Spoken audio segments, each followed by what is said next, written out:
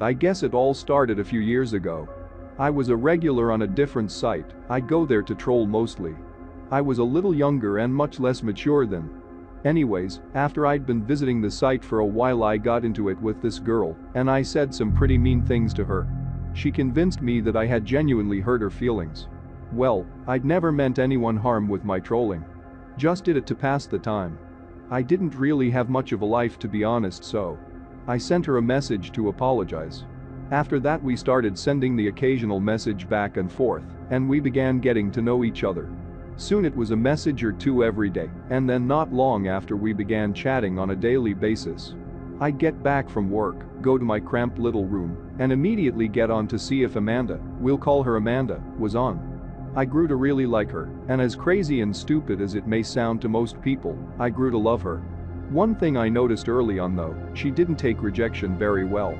Even though I would never have rejected her anyways, she often took it that I was if I couldn't talk to her for some reason. During those times she'd often lash out, chew me out, and then sign off. As our relationship grew though, so did her ability to trust and confide in me. She began telling me about her addictions. First it was minor things, not even really bad in my opinion. She'd talk about how she'd smoke pot on the weekends and get blackout drunk.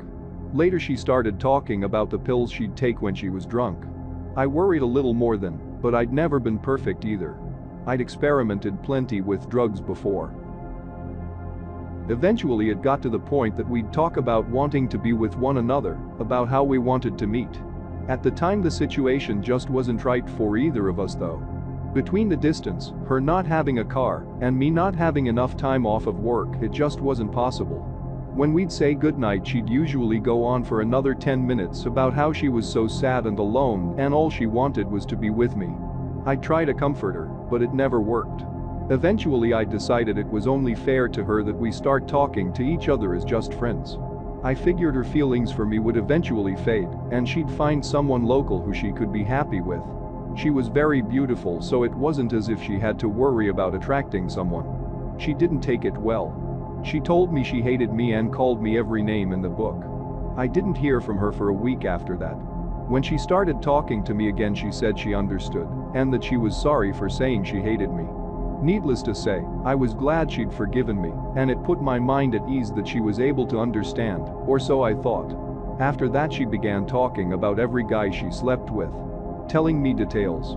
I still had feelings for her. She knew I did. I'd tell her to stop and she'd back off for a bit, but she'd always tell me about the another one, and every once in a while she'd say it could be you. Our relationship continued to become more destructive. She began hurting herself. She'd send me pictures of the razor marks on wrists.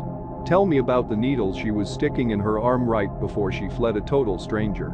It was hard to deal with, but I did because I blamed myself for not being able to make her happy. This went on for a while until the time came when I was to be deployed. I told her about it, and she seemed genuinely concerned. We told each other we'd keep in touch, and for a while before I left it was like it used to be. Then the day came and I went away. Though I had opportunity to get online, it wasn't often. Our communication became less and less frequent until finally I just stopped hearing from her altogether. A year went by. I'd think about her every once in a while, but not too often. When I'd gotten back I started frequenting the forums on that site again. I found out that Amanda had deleted her account and basically told everyone they'd never hear from her again. Eventually everyone forgot about her. Even me. Then, about 3 months ago I got a private message from an unfamiliar screen name. She claimed to like some of my writing I had posted on my profile. I thought that was strange because no one ever reads people's blogs there, and I never really thought my writing was any good. The way this person talked I knew exactly who it was. So I called her on it. She confessed that it was her, Amanda. We sent a few messages back and forth. She was very different. She told me that after we had stopped talking that she'd given up. I had been her only happiness aside from drugs, and the only way she knew how to feel something without self-mutilation was to love me. She told me that she had only messaged me because she wanted to let me know she intended to take her own life. She didn't know anyone who'd care, and she said she at least hoped I'd care. I did. I tried to talk her out of it. Amanda told me if I really didn't want her to go through with it, I'd let her call me. She just wanted to hear my voice. So I gave her my number. Moments later I received a phone call from a blocked number. I knew it was her. I answered. "Hello? Amanda?" She replied, "Yes, it's me. No one has ever listened to me, but you did. You cared. You're the only one who ever has, but then you abandoned me and I had no one. I just wanted to call because I wanted you to know that it's too late now. I wanted you to hear me say it. Not just read it. You're going to listen now, and then you're going to truly learn how it's felt for me being invisible to everyone. Not existing." Then all I heard was her sobbing. I tried to comfort her. I tried telling her I cared. She wouldn't listen. Then I heard a strange sound, a very low-pitched humming sound. It was a disturbing sound. It began to drown out her sobbing, and then her sobbing could no longer be heard at all. I don't know if it was too loud or if she just stopped. I listened to this strange, almost alien noise. Even as it sent a chill down my spine I couldn't stop, and then the phone call ended.